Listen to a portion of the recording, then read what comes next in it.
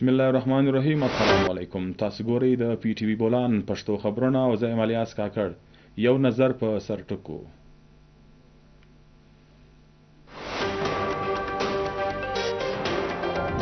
وزیر اعظم محمد شهباز شریف د کام څخه د باران رحمت لپاره د استسقا لمونځ ادا کولو په خاص په ټول هیواد کې د استسقا لمونځ ادا کړل.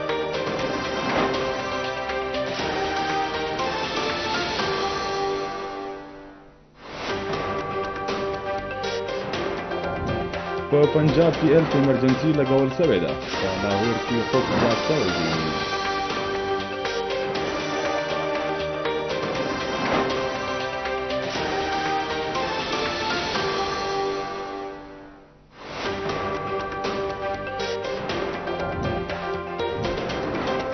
کلدار نوره پیاوړه شوې ده. په انټربینکي ډالر 40 پیسې ارزانه شوي دي.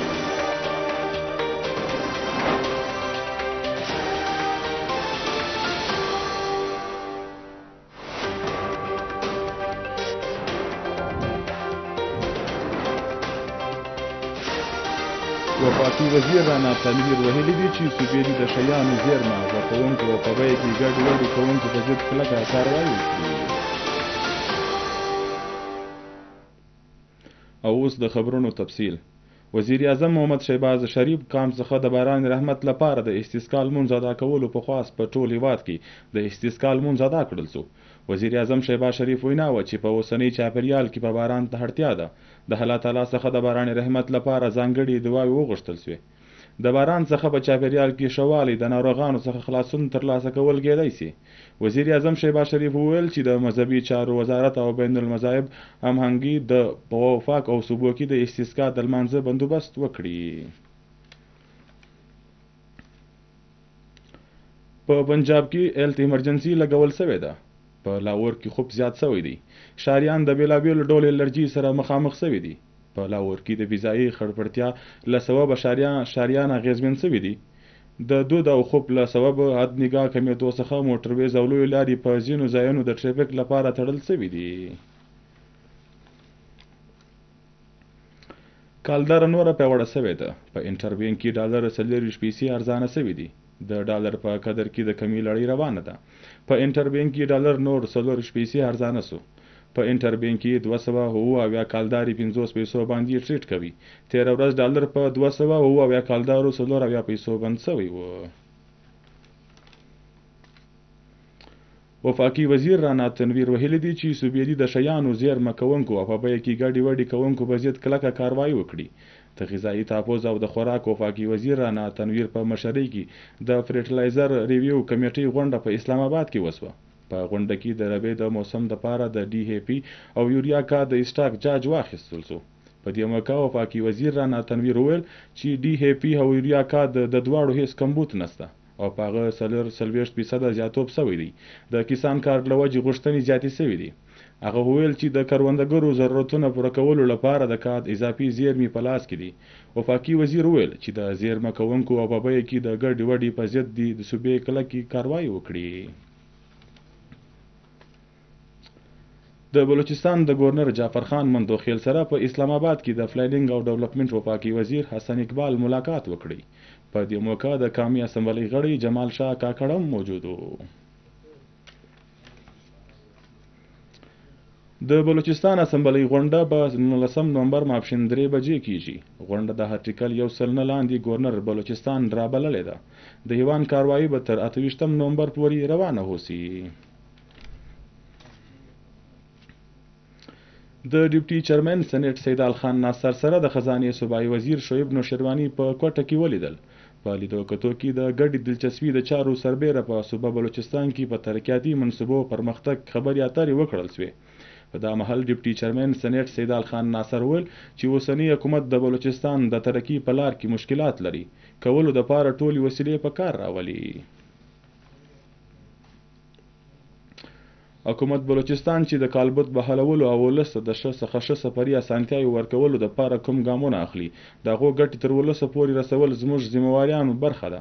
په کلیوالو سیمو کې د تعمیر لاندې کوچني سړکونه د ښاري آبادي سره تړون سبب جوړیږي، نو ځکه د دوی تعمیر ته د ځانګړې پاملرنه ورکول سي چې خلکو ته د سفر په اسانتیاو کې اساني ورسیږي. د سړکانو په پوخ تعمیراتي عمل باندې د هیڅ قسمه روغه جوړه کول نه کړل سي.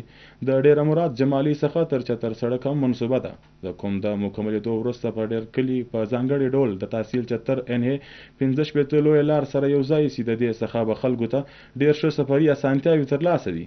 د دې خیالاتو څرګندونه کمشنر نصیرآباد ډیویژن موهین الرحمن د تحصیل چتر ډیره مراد جمالي سړک د جاج په محل د افسرانو سره خبرو اترو په کولو وکړه. په دې موقع سب ډیویژنل افسر نادر حلیف انور د سب انجینیر اصغر علي چنه سره ملګری و کمشنر نصیرآباد ته ډیویژن په بیلابیلو ځایونو باندې د سړک د تعمیراتي عمل په باره کې معلومات ورکړه. کمشنر په څو ځایو د سړک او تعمیراتي لاندې د پلونو د کار جاج واخیست. موهین الرحمن خان وویل چې د تحصیل چتر پورې د تعمیر لاندې د سړک د شولډرز تعمیر ته د هم ځانګړي پاملرنه ورکول سي. هڅه دې وکړل سي چې د معیار مطابق منصوبه مکمله کړي. د کوټې څخه د هیواد دنني د ریل ګاډي چلن د 4 ورځو وروسته پرانستل سو. د کوټې څخه د پیښور لپاره جعفر ایکسپریس روان سو. د ریلوې چارواکو له قوله د جعفر ایکسپریس په 9 بوګیانو کې 250 مسافران خپل د منزل وخواته روان سول. ټرین سرویس د سکیورټي وجوهاتو له قبله د رول سوی و. د ریلوې چارواکو له قوله د کراچۍ څخه د کوټې لپاره بولان میل په سبا روانیږي.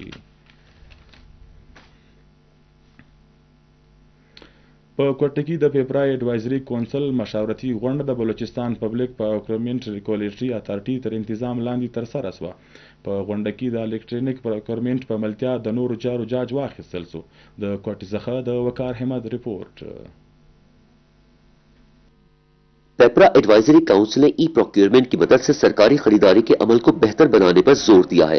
कोयटा में Pakistan electronic procurement regulatory authority के जायजा इजलास में विफाक, चारों सूबों, AJK और गिलगित बल्तिस्तान के नुमाइंदों ने इलेक्ट्रॉनिक प्रोक्योरमेंट को विफाक और सूबों में मौसर बनाने पर गौर किया।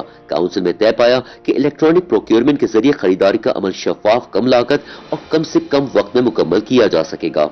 बलूचिस्तान पेपर को अप्रिशिएट करना चाहूंगा कि ई प्रोक्योरमेंट के अंदर जो कि हमारा मेन टॉपिक था इस एडवाइजरी कॉन्फ्रेंस का, वो माशाल्लाह they are taking the lead from all the papers, और हमने इससे बहुत लर्न किया। ई प्रोक्योरमेंट से खरीदारी की प्लानिंग, सप्लायर से राब्ते, डिजिटल प्लेटफॉर्म पर ऑर्डर की दरख्वास्त, ऑनलाइन बिडिंग, कोटेशंस और खरीदारी के रिकॉर्ड्स को महफूज करना भी आसान हो सकेगा।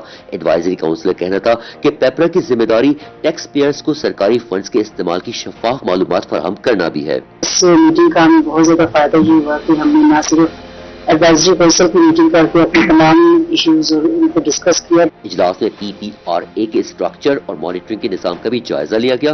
प्रोफेशनलाइजेशन, टारगेटेड ट्रेनिंग्स और पॉलिसीज में बेहतरी के लिए तजावीज़ पर गौर भी किया गया। हमें बेहतरी की मजीद ज़रूरत है, तो वज़ीर आला साहब का भी एक स्टांस है और CS साहब का भी एक स्टांस है कि प्रोक्योरमेंट प्रोसेस को जितना ज़्यादा हम बेहतर कर सकते हैं हम बेहतर करें, चाहे वो रूल के हवाले से हो, चाहे हमारी कंसल्टेशन बाकी प्रोविंसेस के साथ हो। एशियन डेवलपमेंट बैंक और वर्ल्ड बैंक की नुमाइंदगी भी इजलास में मौजूद थी। Asian Development Bank and World Bank are here in Pakistan to provide support to the government, to the projects financed by our organization. And in doing so, it is important also for us to work together with the government. कोयटे में पेपरा advisory council इजलास का एहतमाम Balochistan public procurement regulatory authority ने किया था। वकार Ahmad, PTV news, Quetta. په صوبایي دارالحکومت کوټه او ټول بلوچستان کې هم د استسقا لمونځ ادا کړل سو. د رب په وړاندې خلکو په زړه د باران رحمت دعاوې وغوښتې. په دې هکله د کوټ څخه د عزیز مری رپورټ. बलूचिस्तान में भी नमाज जुमा के बाद नमाज इस्तिस्का पढ़ी गई। दारुल कोयटा और बलूचिस्तान भर की जामिया मसाजिद में जुमा नमाज अदायगी के बाद तौबा और इस्तगफार के साथ नमाज इस्तिस्का अदा की गई। खतीब हजरात ने नमाज जुमा के खुतबात में कामिल ईमान के साथ बारिश के लिए आजिजी और इंकसारी से दुआ करने की तलकीन की। खुदावंद अपनी रहमत नाजिल फरमा।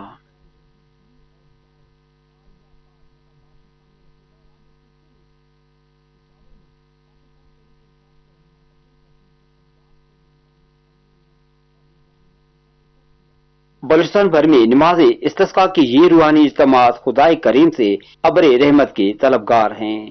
कामिल ईमान है कि खुदाए रहीम की रहमत से होने वाली बारिश से पानी की कमी भी पूरी होगी और खुश्क साली भी खत्म होगी। अजीज मरी, PTV न्यूज, क्वेटा। او اوس راسي چې وګورو د بلوچستان د بیلابیلو ضلعو د موسم حال او مشترک اجازت د لوی الله پامان